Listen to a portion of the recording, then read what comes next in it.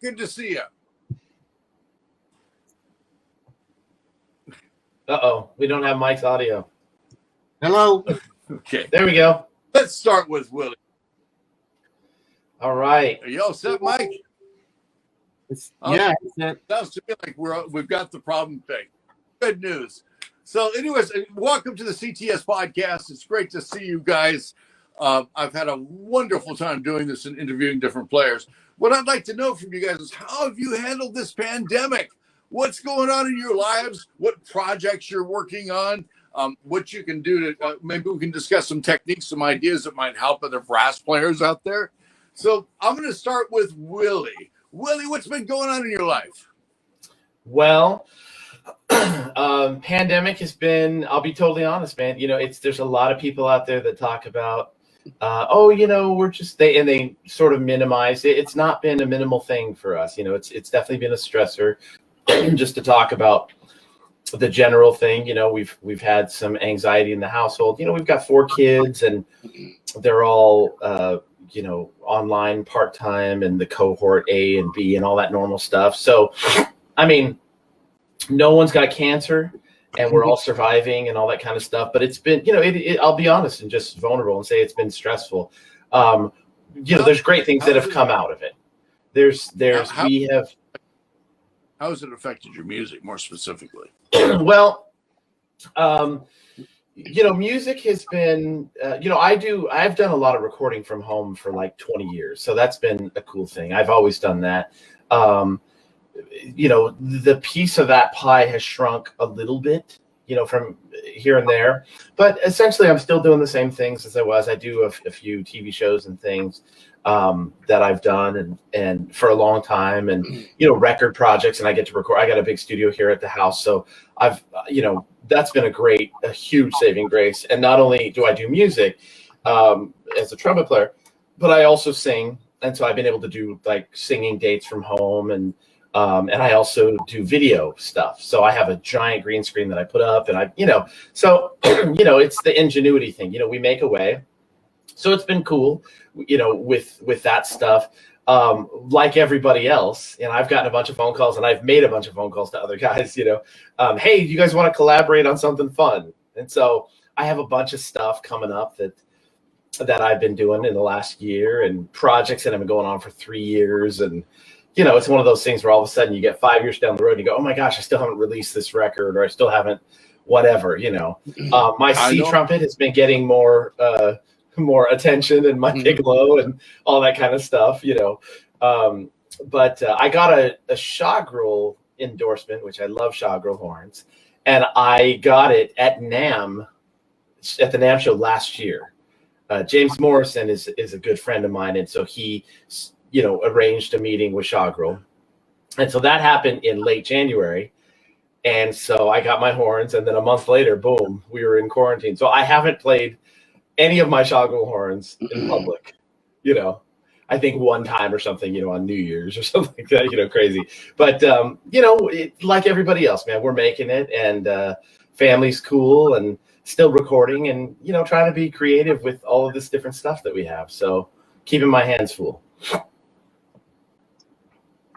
I actually got called for a recording session yesterday and the guy wanted me to do COVID tests and pass the COVID test before he would let me in the studio. I said, well, I just got vaccinated.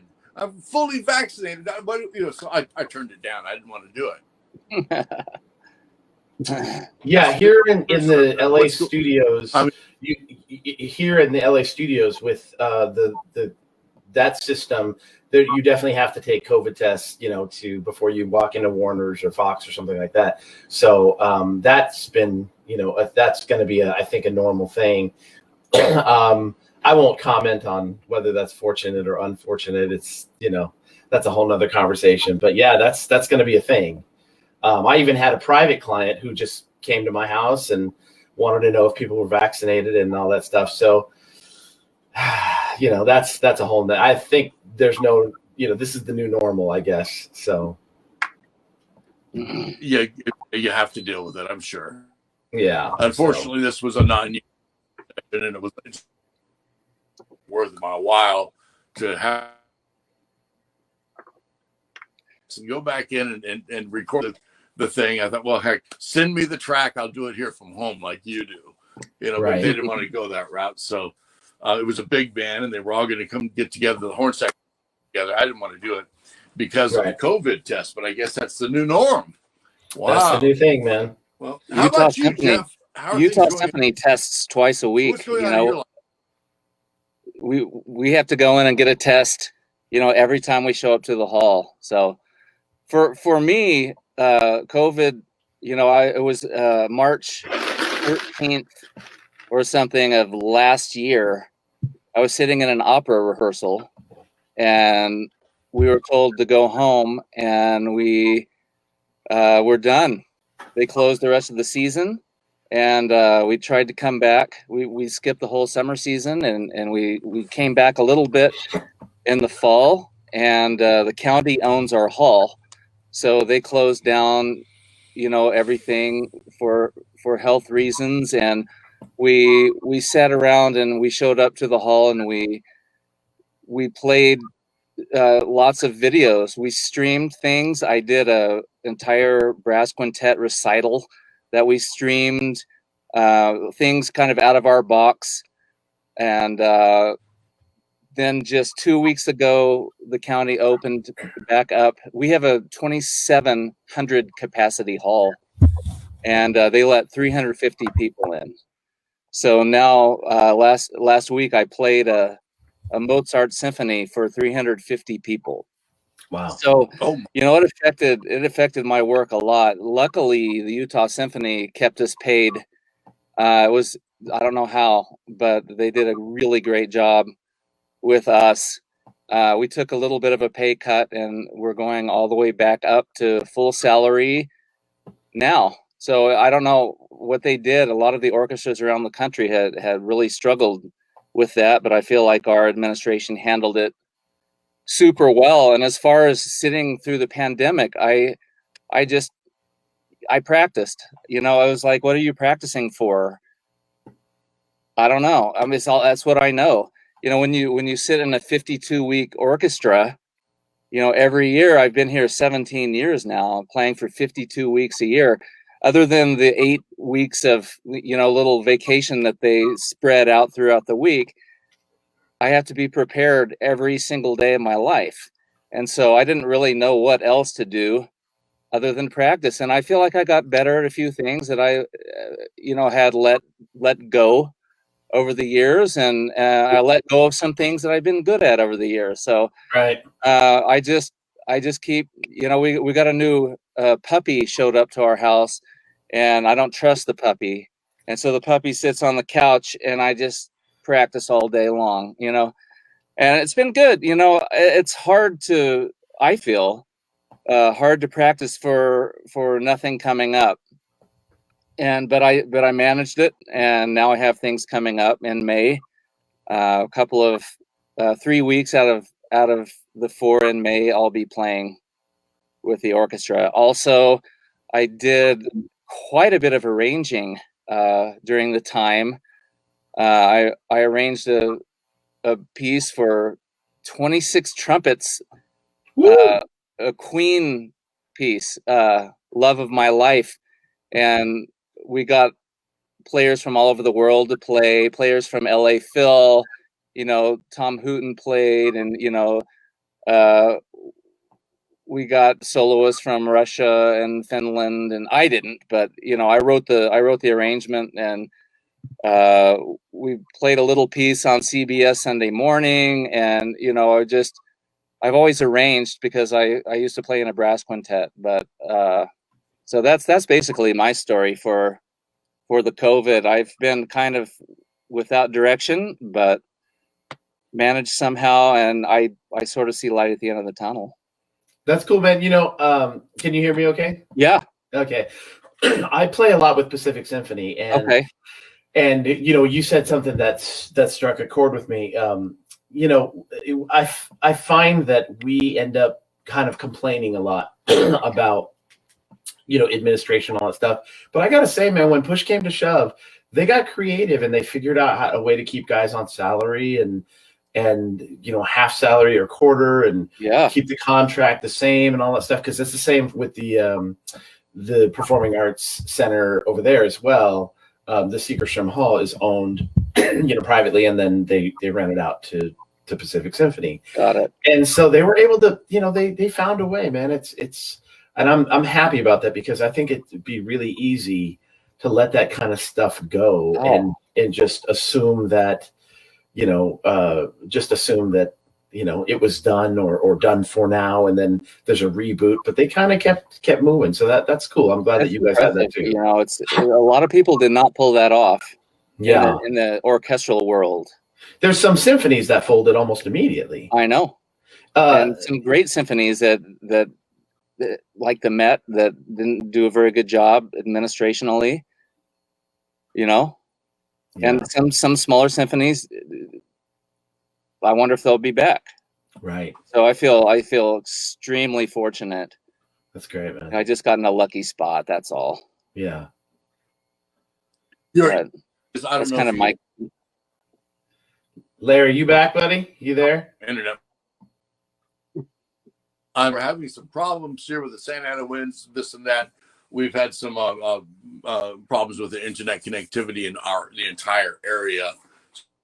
So forgive me if I go away. I'm back. So great to see that you're surviving, and the Utah Symphony was really good about continuing to pay you guys. So you're lucky. How about you, Mike? What's going on? What's going on in your world? Well, I'm kind of lucky that I didn't have a lot of gigs anyway. No, after like 31 years on the Basie band, all of that time, all the great times, and so I haven't been with them it'll be 3 years this August. So what I've been basically, I just like to play lead trumpet and whatever I can, but there's probably about 5 big bands in this area, all the way from down to Toledo, up to Detroit, and east and west in Michigan. And one of the best ones, we couldn't get it off the ground. I've been playing lead trumpet in the Toledo Jazz Orchestra for several years, and there has been a change in leadership, so now we have Tim Higgins running the thing. Wow!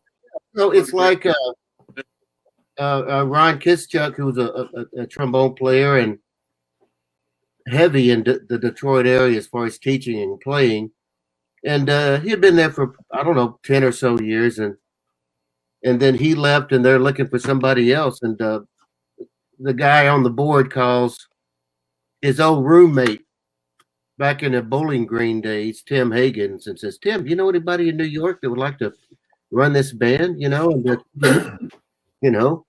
and we do a lot of good stuff. But as soon as he got there, everything was canceled, and that's a pretty good paying thing. And the band is tremendous, and the music is challenging. The last thing I want to do is go to these gigs playing lead and playing a bunch of. I'm not going to use any names, but you guys who know them, you know how I'm talking about, those charts, that nobody wants to play for the millionth time. And so the first one, if it happens, it'll be an outdoor concert, and Ray Vega is going to be on it. All right. He'll be the featured artist. Oh. So when that all cacked out, I'm like, yeah, Willie, I finally bought the ribbon mic, the interface, the cloud lifter. And I learned by the seat of my pants how to do GarageBand. And so I've been doing some lead stuff for a guy in Chicago, Brett Dean, fabulous band. And all from here, he sends me the click track and a few horns that have already submitted. And that music's very challenging. So other than that, it's like, okay, I'm 63 and I have a 11-year-old boy and a 7-year-old girl, and I'm homeschooling them. My wife. So that's what I'm doing a lot. Well, the bad thing is, like, what? I don't want to go. I don't want to be teaching. That. And but the good part is they're like my best friends, and we're going to be done with school in 2 weeks. Everybody else's goes to June the 11th. Yeah. Well, we can do that because they just happen to be smart.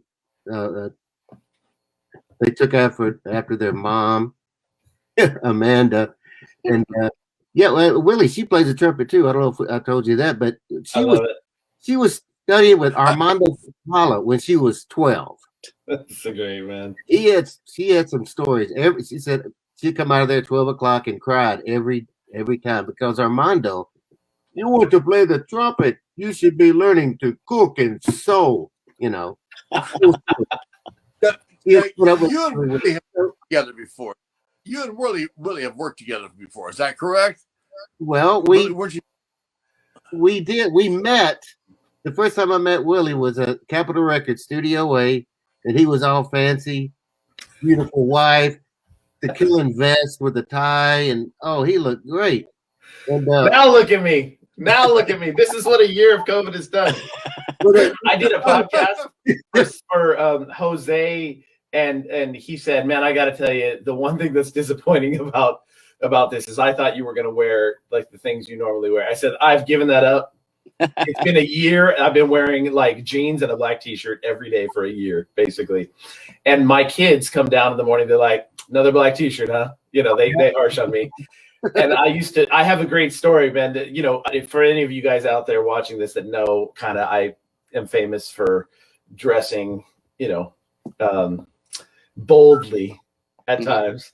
This one time I took a bunch of stuff to the dry cleaners, and I always tell this story, and I had like, you know, a pants from this and a coat from that and a suit from that and a shirt and you know, all this different stuff. And I dropped this big load of stuff at the dry cleaners, and the guy goes, "So do you like work for the circus or something?" And I looked at him and I said, "Yeah, kind of." But thanks for saying that I'm fancy, Mike. Yeah, but other than that, you know, I've always liked to practice. I'm one of the guys that kind of like to practice, and so with the thing being well over a year now, the last thing I did before it hit, I spent the whole month of January in Jupiter, Florida, playing the one trumpet version of a West Side Story. Oh. We sold out. I'm sorry, not West Side Story.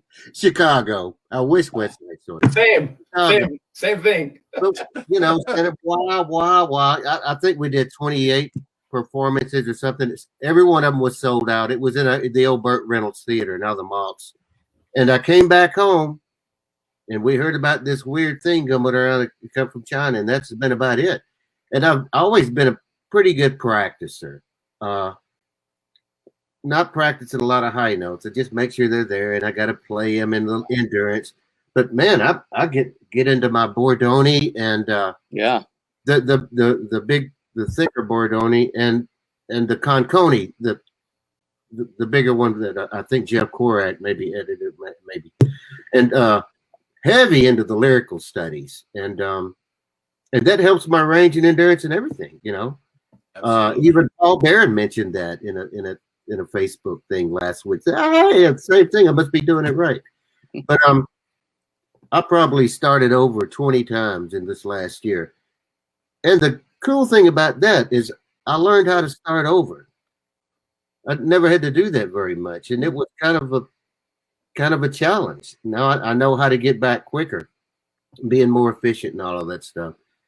So if you know lemons, you know, you make lemonade. So that's one good thing I got out of learning how to start over.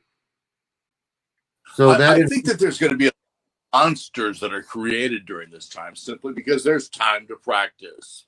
You know, there isn't as many distractions going on. Some people are working at home, and a lot of us are going to be using that time to practice and become better musicians. And others will have put it aside for a while and not gone anywhere. But I guarantee you that there's going to be some real monsters made out of all of this. So, yeah. Jeff, what do you do on a daily basis to stay in shape on the trumpet? Well, I don't really use a lot of books. I write my own exercises for what I need at the time. You know, it's like whatever I need to get better at, I figure out an exercise and I put it on Finale, and I I practice it. But other than Jeff other, Luke book coming out with all those exercises. yeah. Come on. I you know what I like to save time by playing etudes. You mentioned the Bordoni. I love the Rochu book. It's basically the Bordonis and bass clef, and I love playing through those. I try to play, like 15 of them in a row, like as a endurance exercise, and just try to get tone on everything. So I wrote out a Bach piano partita that Glenn Gould was playing. It made me excited. If I can find something to make me excited, I'll arrange it and play it. So that's basically what I've been doing. I noticed during this time my tongue slowed down. I used to be a quintet player, and so I had a super fast tongue when I moved to the orchestra. And over the years, I haven't needed it. And during this year, as I was just practicing flows and things like that, I noticed that my tongue got slow. So I've just been doing the old Clarks. I invert the Clarks and play them upside down so that I can start on a higher note and come down instead of the easier way. But, those are the kinds of things I've been doing. I did a bunch of recording, played a lot of piccolo, but basically I'm kind of a situational practicer, and whatever I have coming up, I'll practice something that will make me better at that. And I have noticed that the few orchestra gigs that we've had, boy, I've gotten to prepare like I've never been able to prepare in my life. It's like when you have a 52-week orchestra job, you make sure everything works and that the music. You can't play through Shostakovich 6 times before the week, because you're playing Ein Heldenleben the week before.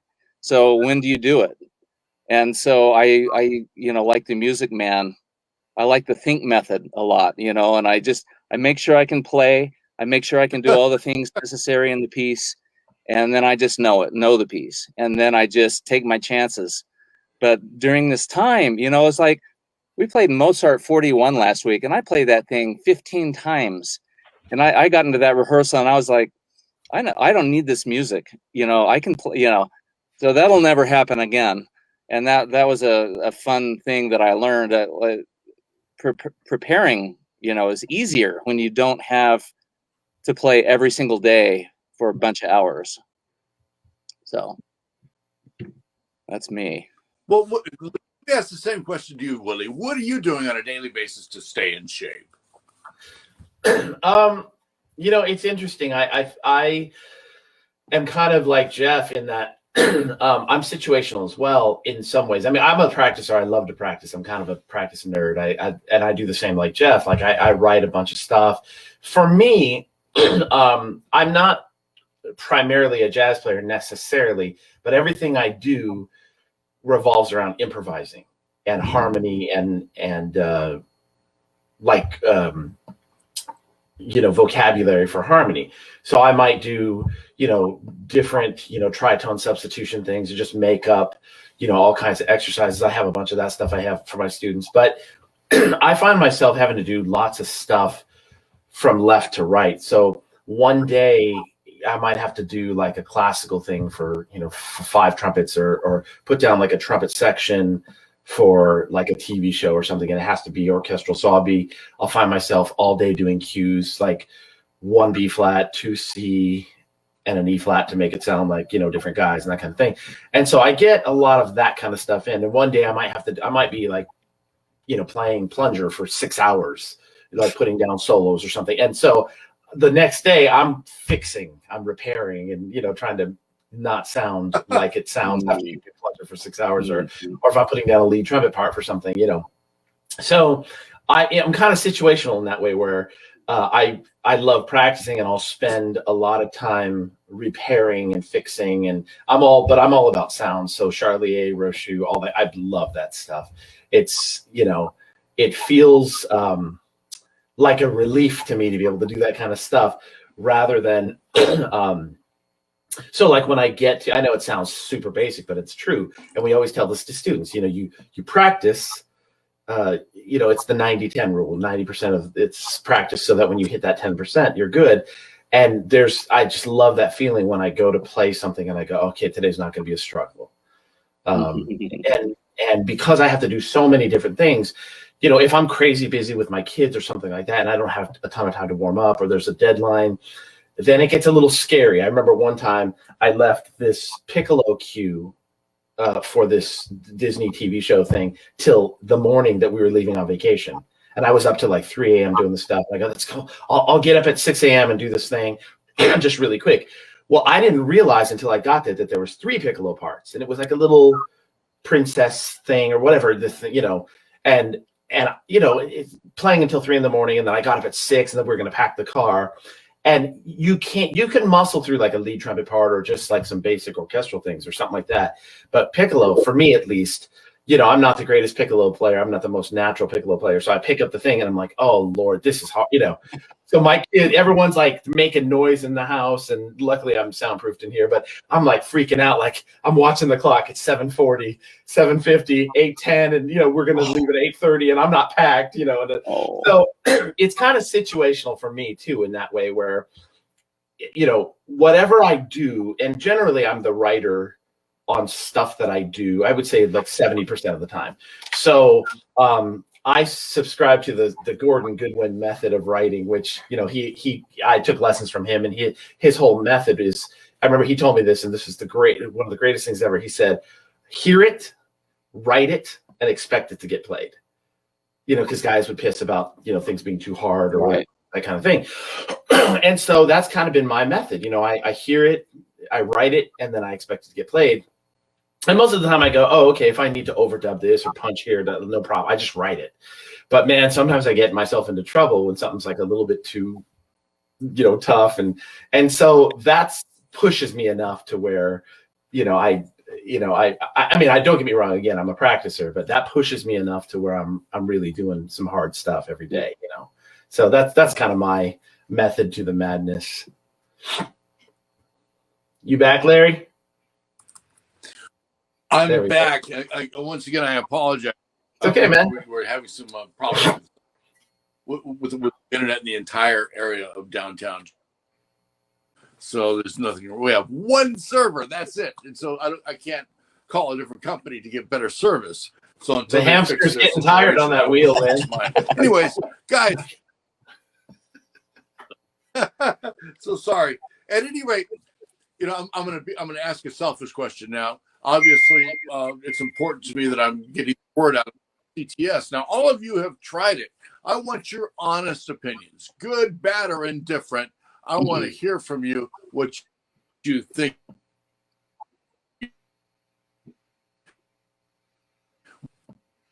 About Mike, you want to go first? I'll go first because you're talking about the compression, the CTS, right? That didn't quite come out. The compression. So, yeah. There it is. Decompression. So this is brand new to me. Okay, Larry I've had it for like less than a week, and he gave me the private lesson on it. We did a little video chat last week, and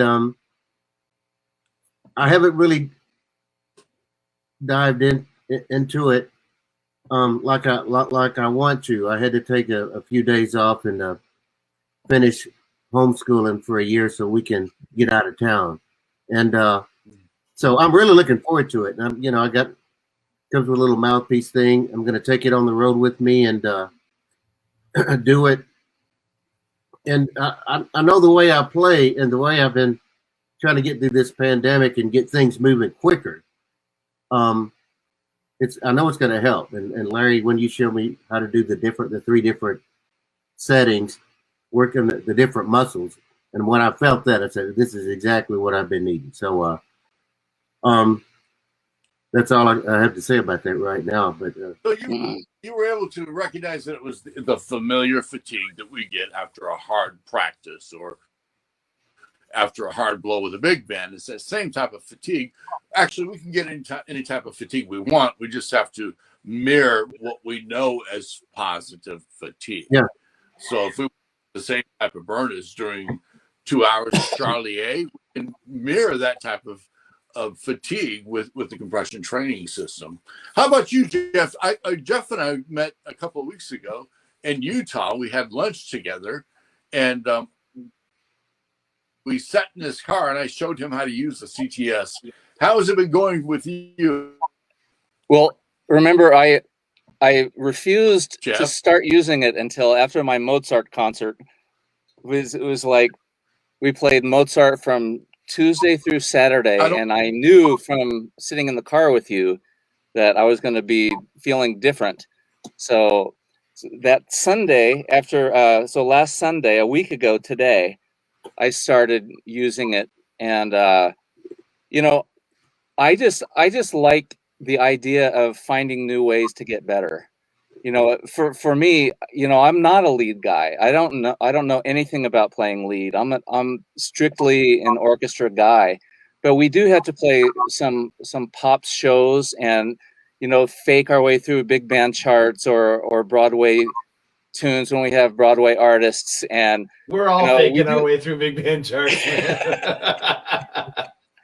So I mean, I just always thought it would be fun to be able to play like you guys, and my reasoning behind it is not necessarily that I think I'm ever going to be a lead player, but I just feel like when you go through a week of orchestra and you're playing 8 or 9 services and you're playing the Shostakovich Symphony and you're rehearsing 2.5 hours to 4.5 hours a day, and by the end of the week, when you dip into your reserves of your muscle, then it becomes a little bit more difficult to recover every day and do the same thing again. And so my reasoning is just that I feel like if I just have a little bit more muscle, then I won't have to use as much of a percentage of that muscle on a daily basis, and therefore I can recover a little faster, and therefore the next week, if I have Schumann or Brahms, I'll have some finesse, and I won't just be tapped out all the time. And so my experience, I've been doing the 3 exercises over the week, and I can still play the trumpet, the next day, just like normal. And I just feel like some new kind of things in here that I didn't know. I had to ask Larry what compression was. We classical guys, we use warm air and a small aperture and a big throat, and we manipulate with the little bitty muscles. And I'm like, oh, you mean, the aperture can be, longer inside the mouth, and oh, I see. And so I'm excited about, the possibilities what this might do for me. Like Willie was saying, I have to play a lot of piccolo, and I feel pretty comfortable on it. But at the same time, is when you don't do it weekly, you only pull it out for a Handel piece or a Bach piece twice, once a month or, every few months. It takes its toll. Yeah, that's right. It takes its toll. And so, I'm looking forward to it. I honestly, I feel a little thicker right here after a week. And I feel like I have a little more padding and a little bit more muscle inside the rim of the mouthpiece. And so I feel like it's helped me already over 1 week. And I just, I can't wait to see the long-term effects. Even if I choose not to use all that muscle, I'll have it in case I need it. So I'm psyched about it. That's my 1 week of experience. I keep my piccolo on the wall so that I know to pick it up and play. If it's in front of me, I practice. Yeah, me too. Yeah, baby. I don't. Who has 3? How many people need 3 piccolos besides me? I have 2. So that it's right there. Yeah. I have 2, and neither one of them get enough attention. You have 2. You have. Okay, so I'll tell you about this little contraption for me. So first of all, I have yet to use this with the mouthpiece. I've been doing it like this. Because what's interesting for me, so let me go back a sec, because I got to tell you something. I got to tell you something really cool about this. So in my career, I've always felt, and I'm sure everybody feels like this on some way, that they're always chasing.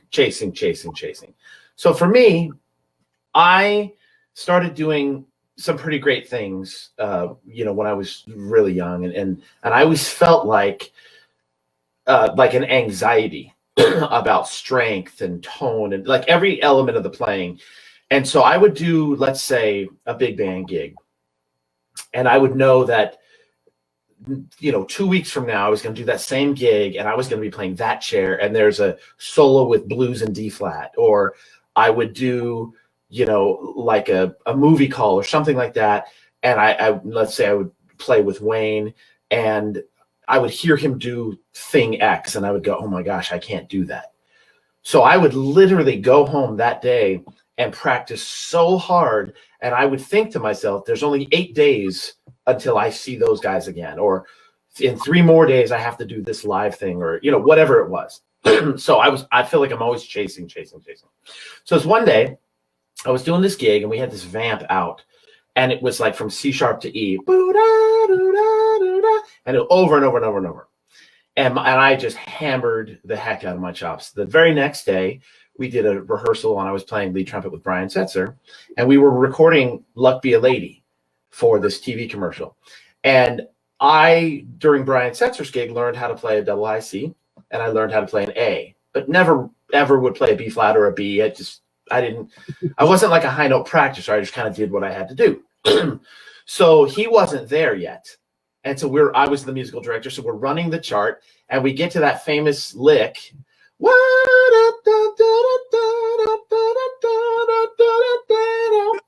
B flat, over and over and over.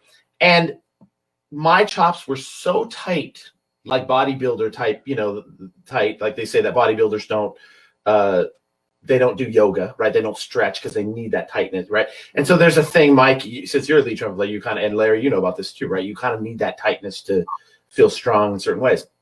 So at that rehearsal, he wasn't there, and I thought, I'm just going to try this. Man, that B flat jumped out of my horn. And I learned a really important lesson that day, which is that you can do most things if you just try them, right? Most of us, we all are trained well and have muscle, and, you just try it and you can probably do it. So I was like, okay, that's a cool thing. But I also realized it kind of bummed me out because I was like, man, I had to hammer my chops into oblivion to be able to do that the day before. And so I've always had this thing like, okay, if I'm going to do XYZ, you've got to prep and and just like, that always was like this drudge to me, like, oh my gosh, I could, in order to be able to hike the Grand Canyon, I've got to run 20 miles a day, for the next, 3 months, that kind of thing. Yeah. When I did this, I'm kidding you not, I felt that same burn. And this is without the mouthpiece. And I think that without the mouthpiece, and Larry, forgive me if I just don't know how this works, but I was just trying it like this. Oh, right? This No. makes you work harder without the mouthpiece in here, right? Yeah. And kind of makes you like zero in on the aperture thing. I was just trying it and I was going to do it. Man, I remember that same burn that I had that day after that gig and felt like the next day. I felt that the next day. Now, my wife always makes fun of me because she's like, you're the guy, like if 1 is good, 10 is better. So I'm kind of like crazy with, with whatever I do. And so I just did this for like, about an hour, just like that. I was just like, let me just see what happens. And man, the next day I just was like strong as hell towards the end of the day. And so, man, the burn that you can get from this thing, I got to be honest, Larry, and please don't take offense to this. I was kind of skeptical, but like that, the thing that for me bums me out about the trumpet is I go, God, it's just such a high, we all know it, right? It's a high maintenance instrument. You want to have the most gorgeous, supple tone. You have to be in that zone for days before you play that, Summon the Heroes solo or whatever, right? You want to be able to play a high F. You have to be in that zone for days before, so on and so forth. And because I do so many different things, it's like this monkey on my back of muscle. Like, what kind of muscle do I have to build? Like, I got to look at my calendar and go, oh man, I can't record this plunger solo today because I have to do these lyrical solos tomorrow for this thing, whatever that is. And it kind of bums me out. So, or I go, I'm going to, record this lead trumpet thing. So I got to whatever. And I haven't really worried about that in the last week. I've been doing this thing. And I got to tell you, man, for those of you guys that are out there, I've been seeing this online, and I've had bunches of people call me and go, hey, what do you know about this compression thing? I don't know anything about it. I just know that Larry's putting this thing up online. I haven't seen anything about it. So I had a bunch of students call me, and I had 4 guys call me in 1 week, and I got a hold of Larry, and I was like, Larry, tell me about this. What do I need to know about this? Can you send me one? Let me check it out. And so, man, I'm a believer, especially on an airplane or something. Mm-hmm. Of course, they would probably look at this and be like, they probably wouldn't allow it. Right. Is he vaping over there? Are you vaping? I got that with the Sandoval's, with the case, with you know what, Mike? Sandoval's. That's what I was going to tell you. You know what's interesting is this is kind of like the Sandoval's thing. It really mirrors the shape of something. You can really, obviously the air works with the fingers, and how it's all tied together. And it's the same thing with this. But man, you're better doing something than nothing. So I highly recommend this for anybody that's just trying to build muscle or maintain or whatever. So now for everybody listening, I don't know how many people are watching. If they're unfamiliar, it's not, Larry, I don't think you said this yet, but you're not causing the compression from your torso. It's all in the mouth, okay? Mm-hmm.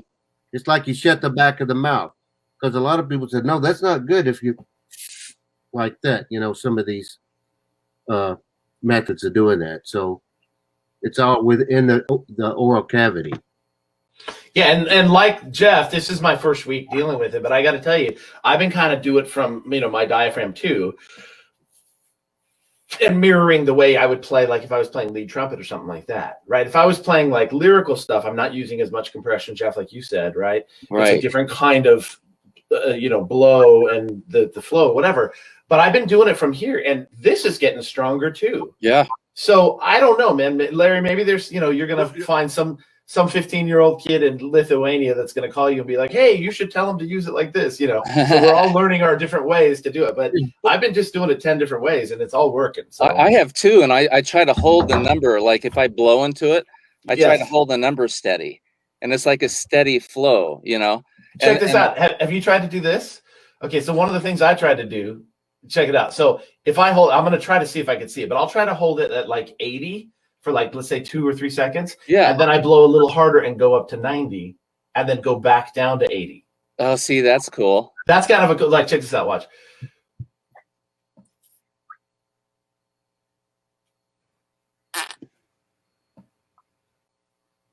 Going back down, that's a little bit harder. Are you blowing right there? Yeah. The one thing I'd like to add is, practicing, when you practice enough to get that kind of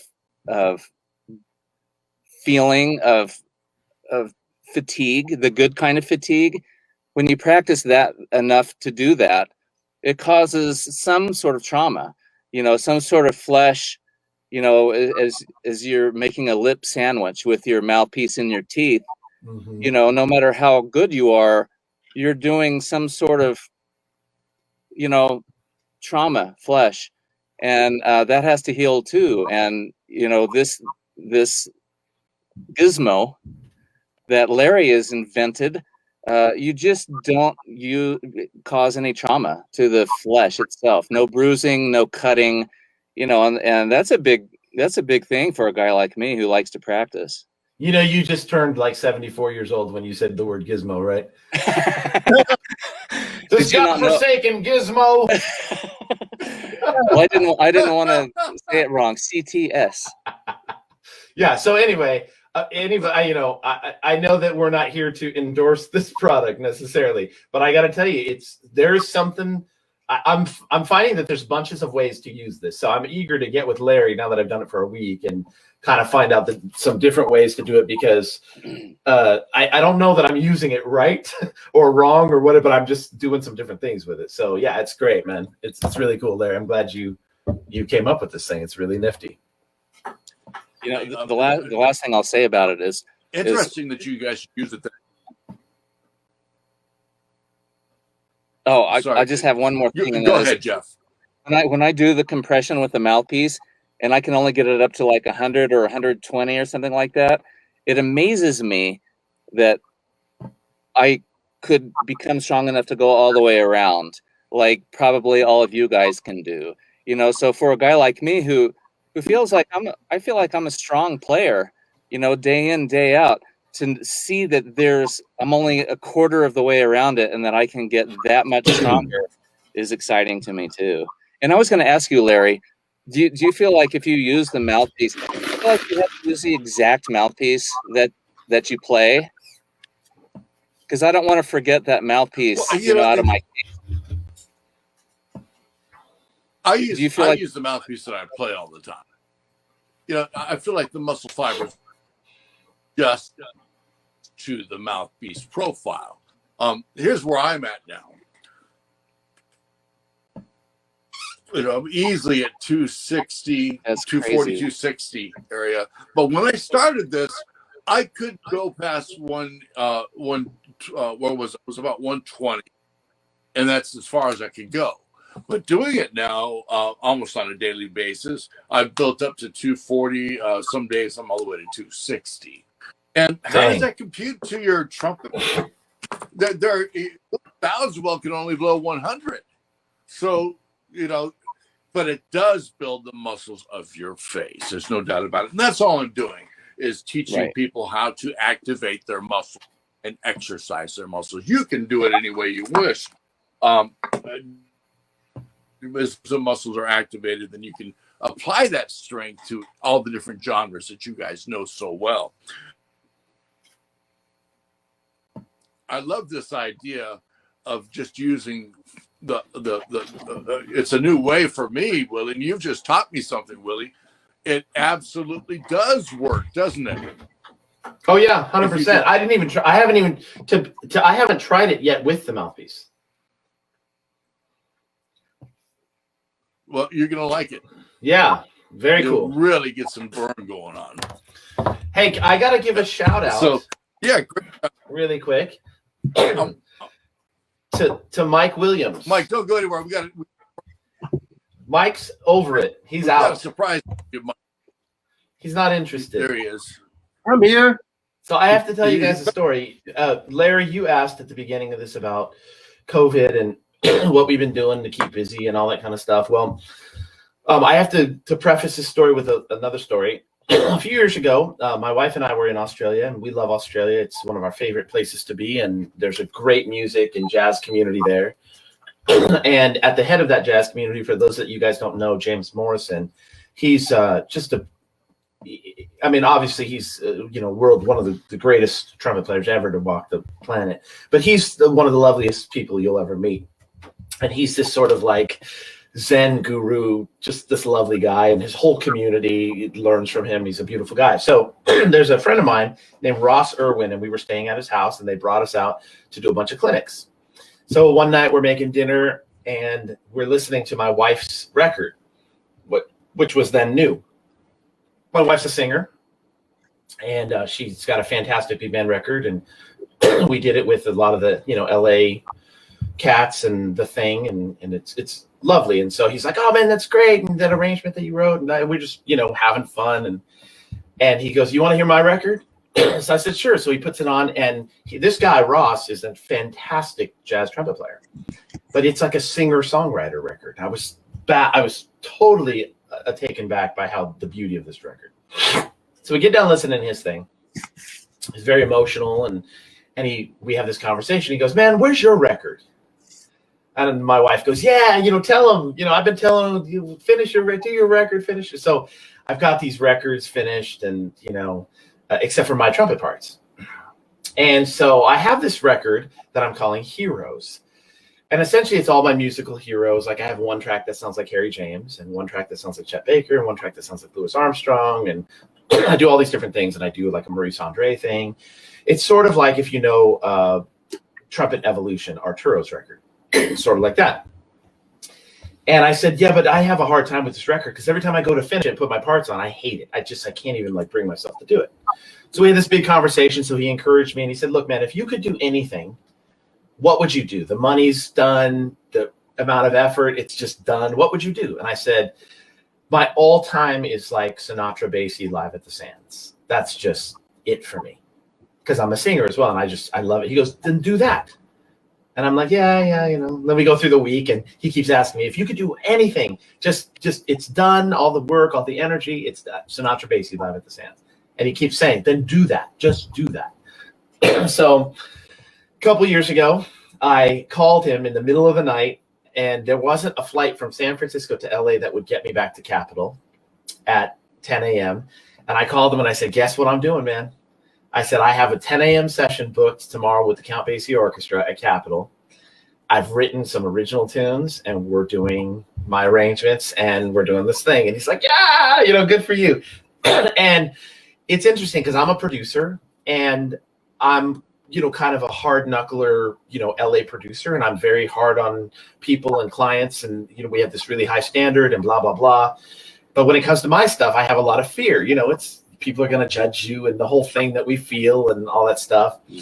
And so I got there and I'm singing live, you know, in the room with the Basie Orchestra and Mike Williams there at 10 a.m. playing lead trumpet on this hard thing that I wrote. And I kicked him in the balls about 100 times that morning with this thing. And he played it every single time, man. And Mike, you guys sounded so fantastic. And I think that was the last session you did with the Basie band before you left the band. And I think that might've been like right a month or two or something like that, right before you left. And you sounded so good. And I wanted to play a clip of this because you were going to be on. Because you just asked me, you're like, hey, what did you do with that Sinatra stuff? And so, Larry, why don't you play this clip that we have queued up here? Okay. I'm trying. So this is like the last minute of the opening tune. Okay. Let's lose our shirts in Sin City. Let's get ruined like a romance do. We'll get marooned in a big lagoon on the biggest island. Row the slowest boat, we'll sink or float across the ocean blue. Darling, no matter where the stars lead us to, I still love the girl who hung the moon. So let's kiss, fight, and make up every single day, 'cause that's the way real lovers do. And if the flowers don't bloom, we'll plow through London, Rio, Timbuktu, Staten Island, Kathmandu. Baby, I don't care if we ever make it there, as long as I'm with you.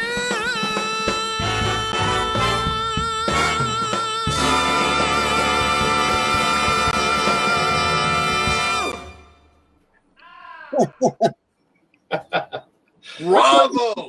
That one, all I can remember was ba-do-do-da, ba-do-ba. Oh, that was the other tune, yeah. That's right. We did. That's great. Wow. But Mike was banging it out, man, for 3 hours straight like that. A lot of hard stuff to play. So bravo to you, Mike. Thanks for making that such a great experience, man. Thanks for writing a good lead part. Fun Amazing. stuff, man. Willie, you sounded great on that. Thanks, man. Yeah, I always really. tell my wife's a real singer, and she does a lot of stuff for like Disney and that kind of thing. And so I always say I'm a fake singer, But it's one of those things. Like I've been doing it since I was a kid. I don't probably sing correctly, but I love to do it. And Sounds great. And my friends in Australia kind of encourage me, man, do whatever it is, do the thing. And since I am a behind the scenes kind of guy at really high levels, with television and film and records and that kind of stuff, it's kind of easy for me to have like commentary and a big swagger with that stuff because I don't really have to put my stuff out there, What's the name of that record? As Long as I'm With You. Okay, I'm gonna get that. It's out. It's coming. No, it's coming. It's Oh, coming. it's not out. It's coming this summer. Yeah. Okay. It's coming this summer. So it'll be there. And there's Abby, I smell a Grammy. I Beautiful music. don't know about that, but I'm just happy I did it. It's my first attempt at doing that kind of stuff. So That's awesome. Yeah. Mike sounds great, man. Wow. Well, thanks. Hey, can I ask Luke a question? Yeah. Jeff, what percentage of your guys' season is pops? We have 18 masterworks and 4 operas. So I would say Half or something. maybe not half. I would say maybe like 15%. Oh wow, okay. But I mean, when it does come up, it's always a surprise in my face. Right. Yeah. And I'm associate principal there. So either I play lead on that stuff because the principal would rather not, or we split the book or something along those lines. So Jeff, do you like doing that? I do. Yeah. I would like it better if it were easier for me. Wouldn't we all? Yeah. Well, I after what I've been hearing, I'm a little behind, but No. I do like it. I do like it a lot. I really do. I'm a Boston guy, and my teacher was Tim Morrison. And so, at New England Conservatory, and when before he became Hollywood, when he would sit in the Boston Pops and play principal, and he always talked about, he liked the variety. He didn't mind the pops. He liked it. And when I got to Utah and it was split up like that, I feel the same way. So Jeff, wasn't Tim a jazz player? Didn't he do some jazz playing? I don't know if he would agree that he did, but yeah, a little bit, but not really. He was a like a beautiful tone, kind of classical, but turn Hollywood soloist type of guy. But as far as improvising, he didn't really improvise. Right. Right on. But I plan on getting better at it. Well, I'll report back. How's that? Send us a progress report, man. Yeah. Well, awesome. Yeah, we've run the entire hour, and I just wanted to thank all of you guys. This has gone so quickly. I'm absolutely overwhelmed and honored that you would join me for a podcast to share with the world. I've learned some things today. I hope everyone else has learned as well.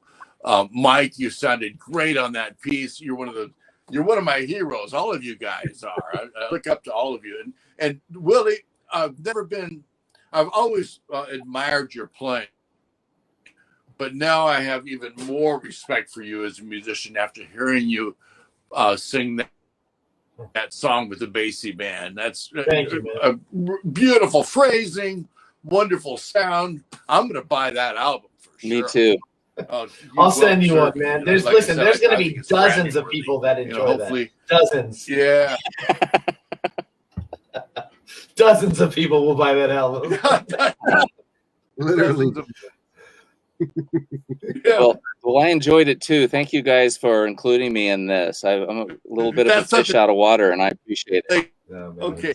Do you guys have any closing things to say at this point?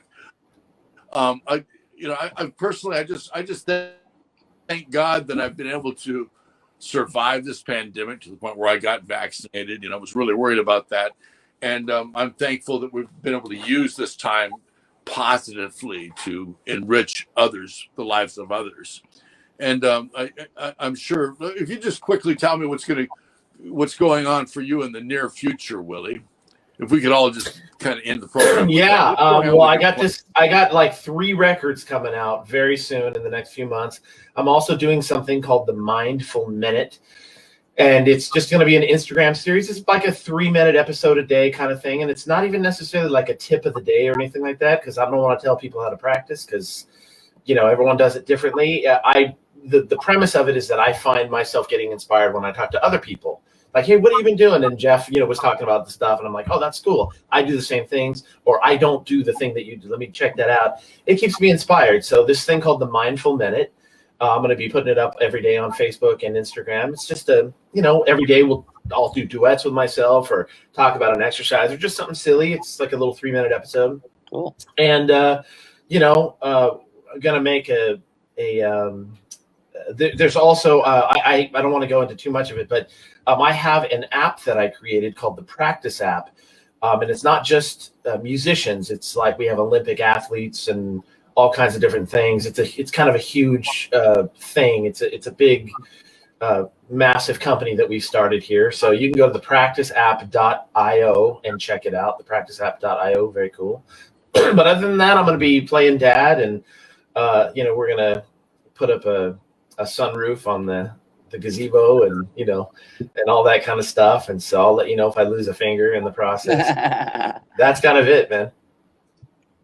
Awesome. I'll keep you in prayer. How about you, Jeff? What's going on in your life in the near future? Well, let's see. Professionally, I have an opera. I'm playing Carmen coming up. No big deal. It's a couple of weeks of services, and then I play the Schoenberg Chamber Symphony No. 2, which I need to put some time in. I'll be practicing on that, and I'll just be practicing for the summer, having chops again, playing every day. We have a summer season at a resort up in Park City called Deer Valley, and we do a lot of pop sings there, Willie. A lot of pop sings, and not as many classical things. So I'll be trying to get strong for that, and just it's baseball season. Baby. I got a son who's a Division I college baseball player. I'm going to be watching all his games, and I'm going to be watching the Sox. Wow. Go Dodgers. Not the Dodgers. Go Dodgers. So that's me. Go Dodgers. Yeah. I grew up with. How about you, Mike? What's going on in your life in the near future? Well, as things are opening back up, Mike? Can you hear me? Yeah. Okay. Yeah, go ahead. Well, I got to get my features back out.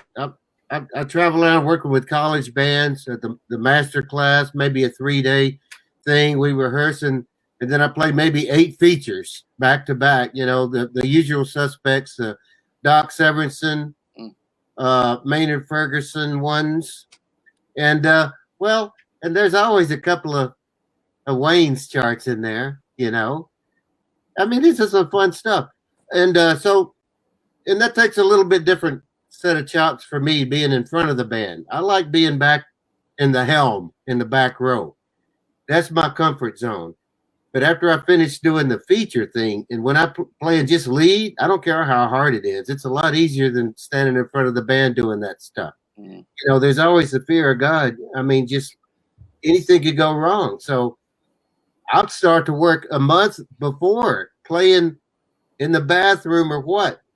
Do the features back to back. Applause, applause, applause, blah, blah, blah. And if I can do it at the house every day, then maybe I can do it there. So do you make your kids applaud for you? Huh? Do you make your kids applaud for you? No, usually I'm by myself. But so I'll be doing that more. The only problem is I have to travel and have to get on the plane, and it's still a pain in the butt, and I'm not really comfortable with it. And other than that, it's me and the kids. At the middle of May, I'm going to throw them in the car. We're going to go down and swim in the Gulf of Mexico a couple of days. I'll see my mom in Louisiana, and then back up here, So when you're homeschooling, you can do that kind of stuff. So that's what's happened with me. Awesome. Guys, I want to thank all of you for coming today. It's been fun. I'm sure we've all learned a lot by what you've had to say. I know I have, a particular new technique. Great idea. Excellent update in the manual. Jeff, great to see you again. Let's Great have to lunch see you. together soon. Yeah, and Mike, I've been a huge fan of you for a lot of years. Look at this. Mine's He has upstairs. blessed Sorry. me, without a doubt. That's right. Thank you, Larry, for having us, I man. really have. Yeah. And it was a lot of fun. And let me just quickly tell you guys out there, the next CTS podcast is going to feature Ronald Rome from the Old Canadian Brass, as well as his son Aaron Rome from the Rome Trio, and Keith Fiala, Keith has been practicing throughout this entire pandemic. I mean, he sounds phenomenal. So we're going to have those three on. So we're looking forward to that on May 2nd. So with that, I'm going to say goodbye to all of you. Thank you so much for being here. It's been a great show. I do appreciate it. God bless Nice all to of see you guys. Take care. See you, Jeff. All right, See you, Bye, Mike. guys. See you, Larry. Good to see Pleasure. you, Willie. Nice to meet you, Jeff. Nice to meet you. All right, take Okay. care. Pleasure.